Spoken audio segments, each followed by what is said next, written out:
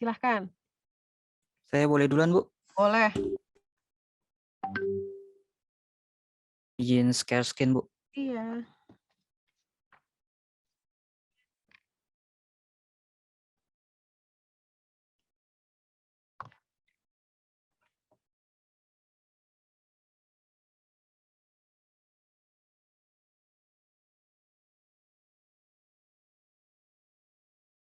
Permisi, Bu, terlihat dengan jelas.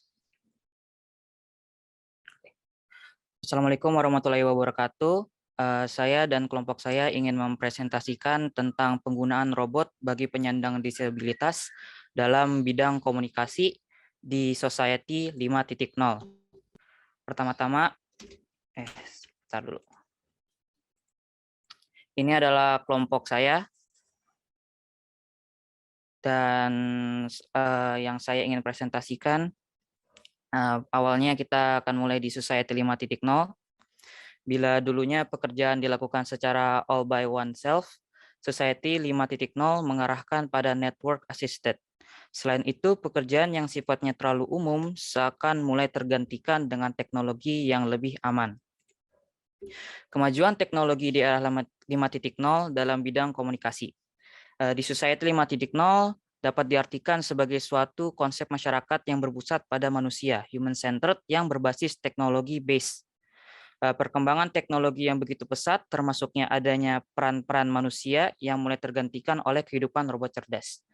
Kehidupan 5.0 melalui masyarakat 5.0, kecerdasan buatan artificial intelligence AI akan mentransformasikan jutaan data yang dikumpulkan melalui internet dalam segala bidang kehidupan, the Internet of Things, menjadikan hal baru yang didedikasikan untuk meningkatkan kemampuan manusia, membuka peluang-peluang bagi kemanusiaan. Contoh kemajuan teknologi masyarakat 5.0 adalah contoh komunikasi pada Society 5.0 yang akan mempermudah para penyandang disabilitas ALS untuk bekerja melalui perantara robot, yang merupakan inisiatif dari The Nippon Foundation, Ori Lab Inc., dan Ana Holding Inc. yang membuat orang disabilitas untuk bisa bekerja dan berinteraksi dengan dunia melalui robot. Kemudian ini ada contoh videonya untuk pengaplikasian robot tersebut. Pertama, bisa terdengar videonya? Belum. Belum ya? Bentar. Bentar ya, Bu.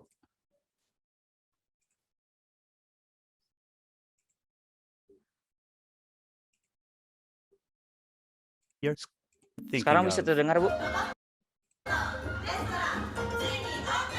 This cafe's servers are Orihime robots. 日本財団公益事業部の竹村と言います。障害のある人の就労支援を担当しています。在宅の ALS など重度の障害と病気をお持ちの方が遠隔操作でロボットを動かしてカフェを運営しています。どうもこんにちは。ハロー。カムツージャパン。私のトレイから一つずつお取りいただいてよろしいでしょうか。はい。お熱いのでお気をつけください。ありがとうございます。お砂糖ミルクテーブルにございますのでお好みでお入れください。People with ALS slowly lose their ability to control their muscles, and at some point, they'll need to use a breathing machine to live. And without technology, they'll need a helper to do most things. だから私たちは体が一つしかないっていうのに私はすごく昔から違和感を持っていて、体ってなぜ一つしかないんだろうと、2つ以上あったらいろんなことができるじゃないですか。で、今回働いてるメンバーの中には3人完全に自然だけで操ってる人がいます。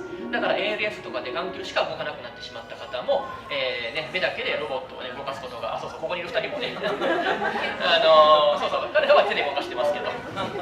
So this cafe was a trial cafe running for only 2 weeks, but the aim is to launch a permanent cafe by the time the Tokyo 2020 Olympic and Paralympic Games come to town.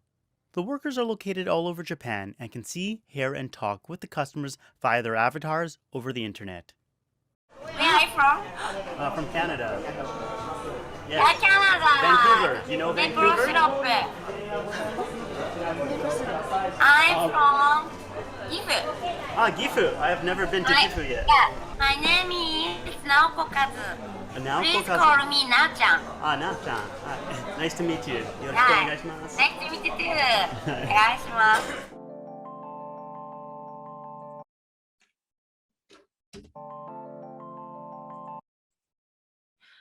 Dan kemudian setelah berdasarkan video sebelumnya, ini merupakan keuntungan bagi kafe. Keuntungannya adalah inovasi yang baru sehingga menarik masyarakat untuk berkunjung ke kafe, dan dengan adanya robot memperingan pekerjaan kafe. Kelemahannya ya menghabiskan banyak dana karena riset teknologi dan inovasi yang baru, serta menghabiskan banyak daya untuk mengoperasikan kafe dan robot tersebut. Keuntungannya bagi masyarakat adalah memberi kesempatan bagi penyandang disabilitas untuk mendapat pekerjaan, membuka peluang bisnis baru dengan konsep yang sama. Kelemahannya adalah keterbatasan fitur robot dalam pelayanan dan membutuhkan inovasi terbaru untuk mencapai bentuk robot sampai titik terbaiknya. Ini daftar pusakanya dan terima kasih atas kesempatannya. Wassalamualaikum warahmatullahi wabarakatuh. Waalaikumsalam warahmatullahi wabarakatuh. Nah, ini ya tadi ya sudah ada contoh konkretnya gitu ya, pakai bahasa contoh gitu, ada cuplikan videonya dan lain sebagainya. Dan lebih spesifik kaitannya dengan bagaimana mengkomunikasikan ya. Ini penerapannya bisa di bidang kuliner gitu ya, bisa di bidang menyambut tamu gitu ya dan lain sebagainya. Oke, keren. Terima kasih Mas Fadil. Yang berikutnya Bu, sama-sama Bu. Mas Fadil itu yang mana tuh?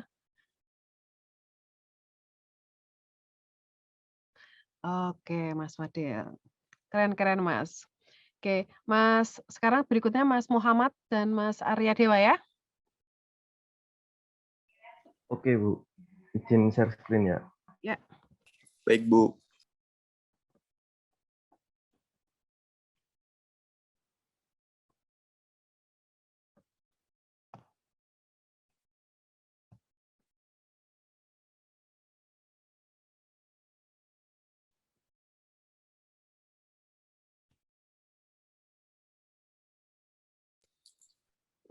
Assalamualaikum warahmatullahi wabarakatuh. Selamat siang. Udah terdengar ya Bu ya? Maaf. Sudah. Udah ya Bu. Perkenalkan, nama saya Muhammad Atullah Syabul Hikam. Bisa dipanggil Hikam, dan di sini saya bersama kelompok saya, yaitu ada Arya Dewa dan Niko Husain. Jadi saya akan membawakan tentang Google Assistant di era 5.0. Lanjut Mas Arya Dewa.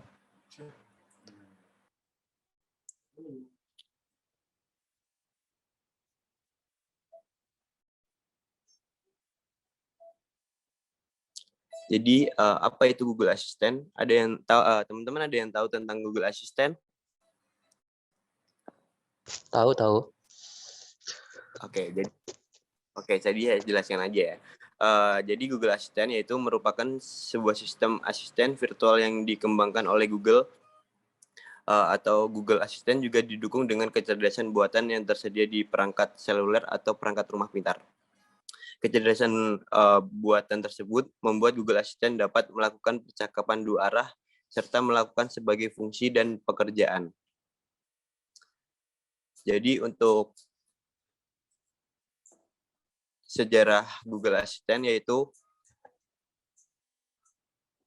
ternyata portipe digital assistant telah dipikirkan dan diciptakan lebih lama dari yang kita duga. Di tahun 1911, Radio Rex adalah mainan pertama yang diaktifkan lewat perintah suara. Ada pula IBM Seabook yang dirilis pada tahun 1962 silam dan mampu mengenali 16 kata yang diucapkan dan angka dari 0 sampai 9. Berlanjut di tahun 1970 ada Harpy yang diciptakan oleh Kerlin Mellon University yang mampu menguasai 1000 kosakata serta dengan anak berusia 3 tahun. Dan sekitar tahun 1990-an teknologi pengenalan suara digital menjadi fitur yang disisihkan dalam komputer pribadi oleh Microsoft, IBM, dan Philips. Google Assistant adalah evolusi fitur Android yang dikenal sebagai Google Now, yang memberi informasi tanpa bertanya. Google Assistant diluncurkan pada Mei 2016 sebagai bagian dari aplikasi pasaran cerdas Google Allo. Tidak lama setelah itu, Google Assistant melakukan lompatan ke ponsel Google Pixel. Google Assistant hanya tersedia di lini Pixel untuk sementara waktu, tetapi sekarang gratis untuk diunduh bagi siapapun yang menggunakan Android 5 atau Lollipop atau lebih tinggi. Selain dukungan Android Wear, ada aplikasi Google Assistant untuk iOS dan jajaran speaker pintar Google Home yang didukung oleh Google Assistant juga.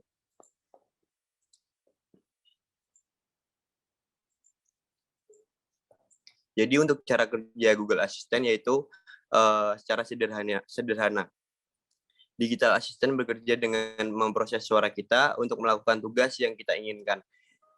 Dimulai dari proses input suara, lalu teknologi di dalamnya akan melakukan proses Natural Language Processing (NLP). Dan Digital Assistant akan memberikan output berupa suara juga. Jadi secara umum asisten digital bereaksi terhadap perintah suara dan memberikan informasi yang relevan kepada pengguna tentang pertanyaan yang kita lontarkan. Bahkan perintah suara itu sudah mulai bisa mendeteksi berbagai suara.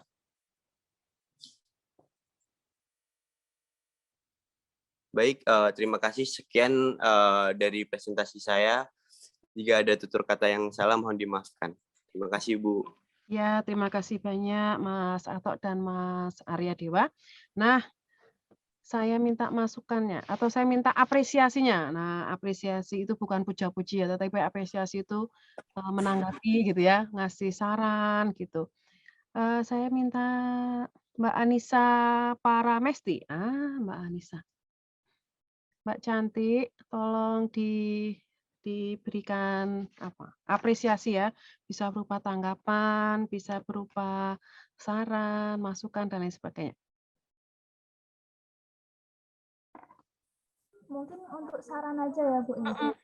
Boleh. Untuk saran saya sih, kalau dalam pembuatan PowerPoint-nya diambil dalam inti-intinya saja ya Bu, tidak usah terlalu panjang gitu Bu. Ya, Karena betul. kalau terlalu panjang kan audiensnya itu gampang bosan gitu. Betul. Terima kasih Ya, Bu. oke ya. Jadi itu ya teman-teman, kalau memaparkan, yang dipaparkan bagus, cuman cara memaparkannya ya. Jadi nggak apa-apa, ini baru latihan.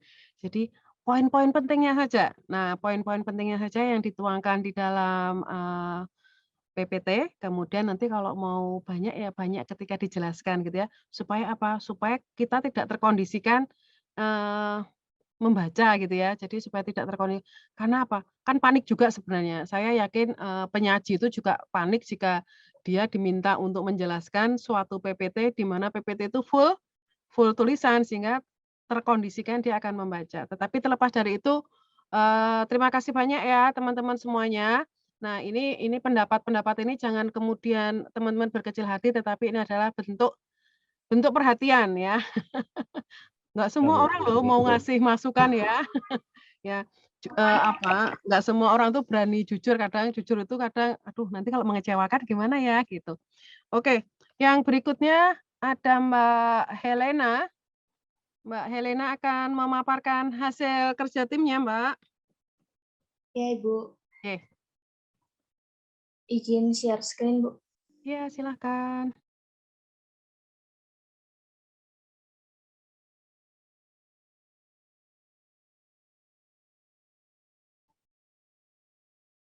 Apa sudah terlihat, teman-teman? Sudah. Sudah.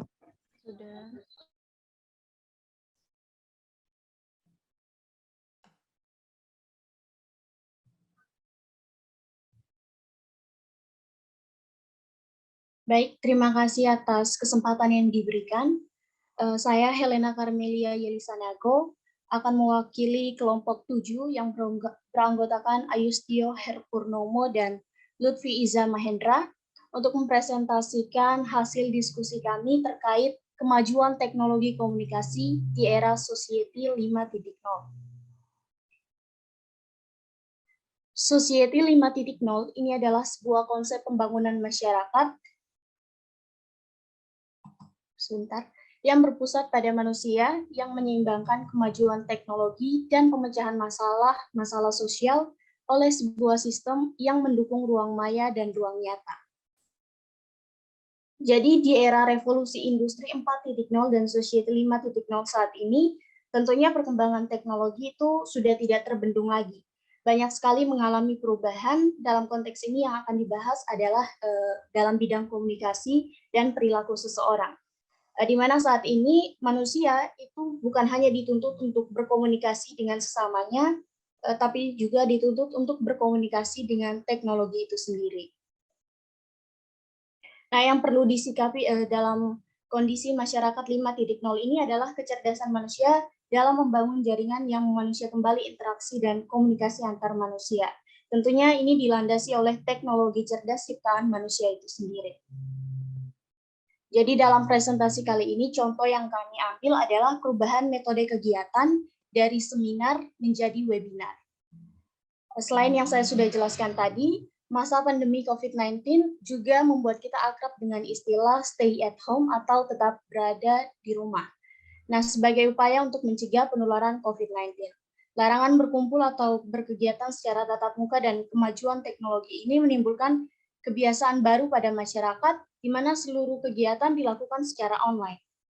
Maraknya kegiatan online tersebut membuat kita dituntut untuk mengenal media online dan beberapa aplikasi pendukungnya. Jadi webinar menjadi salah satu kegiatan yang ngetren di masa pandemi, terutama pada organisasi-organisasi profesi. Webinar banyak diikuti oleh masyarakat karena tergolong kegiatan yang menguntungkan. Jadi webinar itu menambah wawasan kita tanpa mengeluarkan ongkos transport.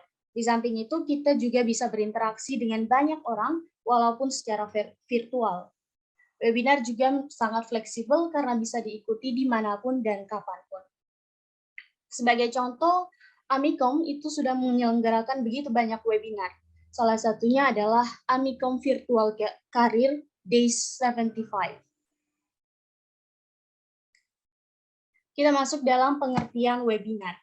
Webinar ini merupakan singkatan dari web seminar, yaitu seminar yang dilakukan melalui situs web atau aplikasi berbasis internet. Teknik seminar ini memungkinkan pembicara membagikan materi melalui media elektronik maupun internet. Ada beberapa hal yang mempengaruhi kelancaran suatu webinar, yaitu kemampuan IT, fasilitas perangkat, dan jaringan internet. Kemampuan IT seseorang terkadang menjadi kendala dalam berlangsungnya suatu webinar. Seperti kita ketahui bahwa aplikasi Zoom saat ini sudah menjadi primadona dalam berbagai kegiatan online, baik itu webinar maupun acara lain seperti perkuliahan hari ini. Namun terkadang masih ada peserta yang belum familiar dengan Zoom meeting. Ada yang susah untuk connect dengan audio, ada yang tidak bisa menemukan tombol mic, kamera, dan tombol raise hand. Dan ada juga yang tidak bisa membaca dan mengisi kolom chat. Inilah yang menjadi alasan bagi kita untuk mau meningkatkan kemampuan memahami teknologi. Karena saat ini metode online itu bukan lagi menjadi sebuah pilihan, melainkan menjadi sebuah kebiasaan yang harus dijalani mulai dari saat ini. Namun terlepas dari semua kendala itu, kegiatan virtual ini membuat yang jauh menjadi dekat dan silaturahmi tetap terjalin walaupun tanpa tatap muka secara langsung. Kemudian kita masuk pada keuntungan webinar.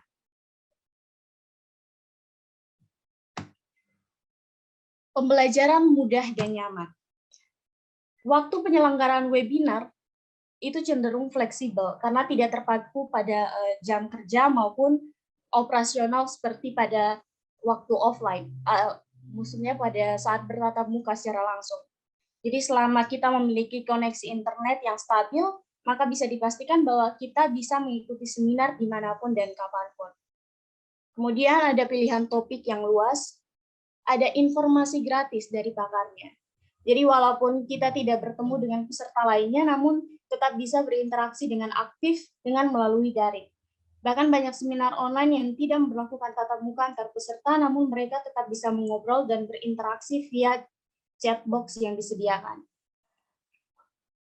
Jadi selain itu biasanya banyak seminar online yang memberikan bahan atau video hasil webinar kepada peserta lainnya, sehingga bahan-bahan tersebut itu bisa dibaca, disimpan, dan dipelajari kembali. Yang terakhir adalah kita mendapatkan sertifikat gratis. Kemudian masuk pada jenis webinar. Yang pertama adalah web broadcast. Jadi web broadcast ini fungsinya untuk mendistribusikan satu sumber konten ke banyak pendengar atau pemirsa secara bersamaan. Nah, webinar ini juga memiliki jumlah penonton yang sangat besar. Kemudian adalah video conference. Ini adalah webinar yang lebih terfokus pada diskusi dan komunikasi antara peserta dan pembicara. Contohnya seperti Zoom dan Google Meet. Mungkin sekian yang bisa saya sampaikan, kurang lebihnya saya mohon maaf.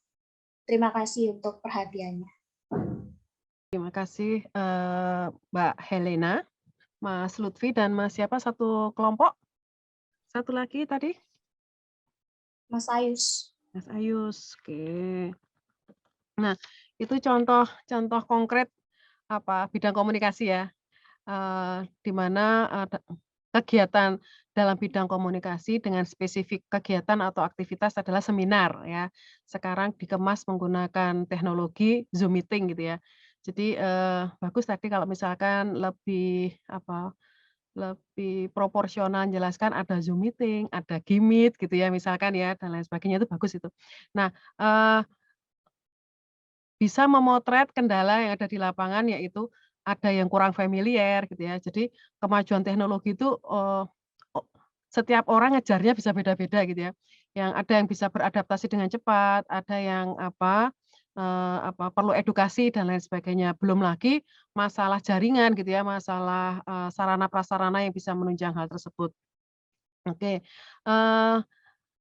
satu catatan tadi terlalu banyak penjelasan yang tertayang dalam bentuk tulisan ya. Tetapi informasi yang disampaikan itu sangat bagus. Tapi lagi-lagi bagaimana ini soalnya teman-teman komunikasi ya. Ini kan tentu saja teman-teman komunikasi itu dituntut untuk bisa mengkomunikasikan dengan menarik gitu ya sesuai dengan audiensnya. Nah, siapa audiensnya itu juga perlu jadi pertimbangan ya.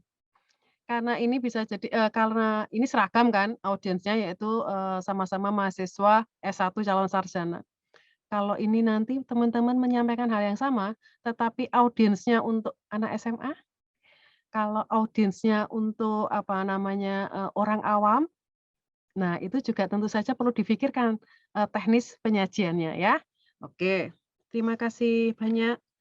Bisa satu kelompok lagi yang presentasi? Harapannya Mbak Syakila. Oke. Bentar ya. Iya. Izin share screen. Silakan, Mbak.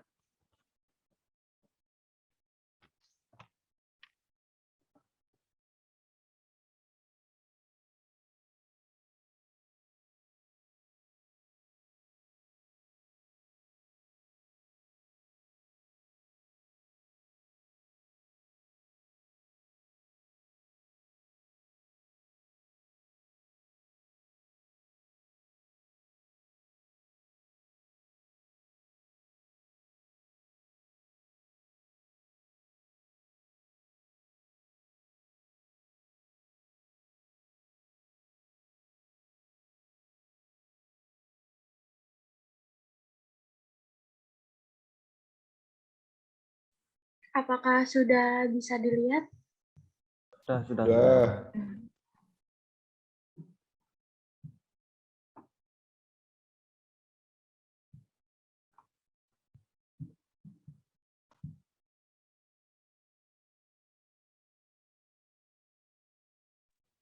Assalamualaikum warahmatullahi wabarakatuh. Saya perwakilan dari kelompok 3. Nama saya Sakila Salsabila Nugraha, dan kelompok saya ada Nabila Putri dan Adina Najwa. Cuman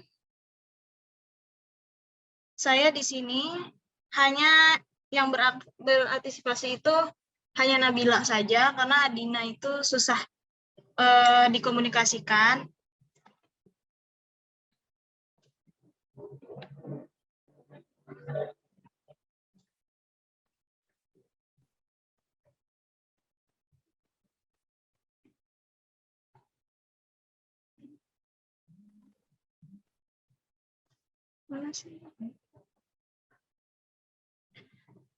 Teknologi informasi 5.0. Gagasan besar masyarakat 5.0 tentang kemampuan kecerdasan buatan, artificial intelligence, dan mentransformasi kumpulan data yang banyak, big data melalui aplikasi internet, the Internet of Things, sebagai upaya mengakselerasi kemampuan manusia masih terbuka untuk suatu peluang sebagai kearifan baru. Society 5.0 merupakan simbolis mutualisme, tidak menutup juga peluang untuk berkembangnya komunikasi termediasi dalam jaringan data dalam internet dengan kecerdasan sendiri, apalagi masyarakat 5.0 merupakan suatu cara untuk memanusiakan kembali manusia dalam mencari makna kehidupan yang lebih baik. Maka dari itu, karakteristik komunikasi yang termediasi dalam sistem jaringan data yang tersimpan dalam awan melalui internet yang cerdas menjadi suatu semangat baru dalam menciptakan komunikasi yang bermakna juga.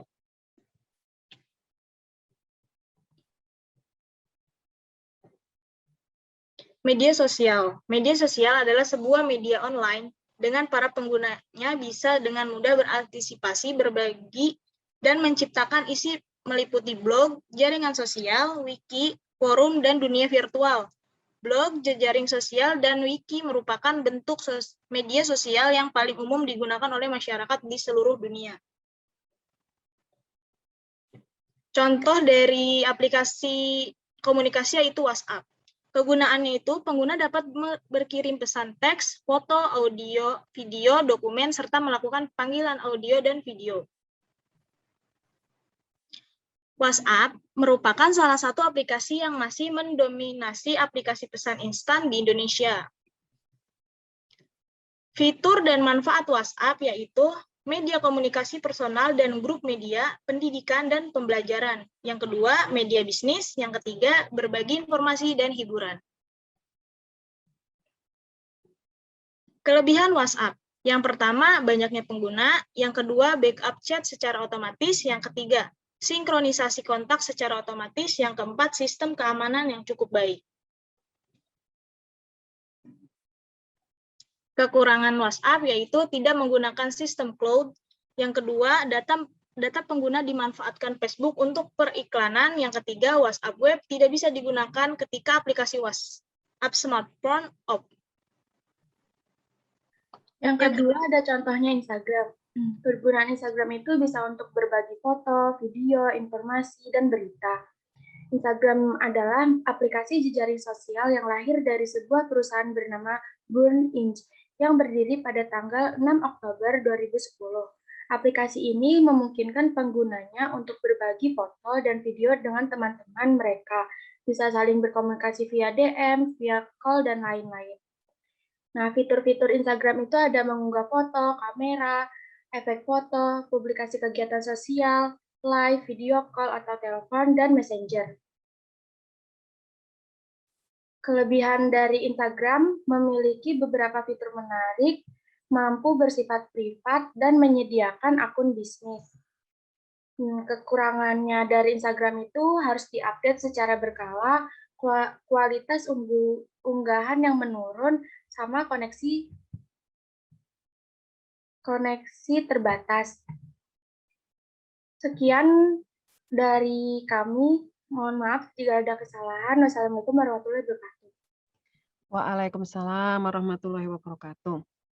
Ya, saya tawarkan yang belum berkesempatan untuk presentasi di sesi pagi ini, untuk bisa berpartisipasi memberikan tanggapan atau apresiasi, saya persilahkan.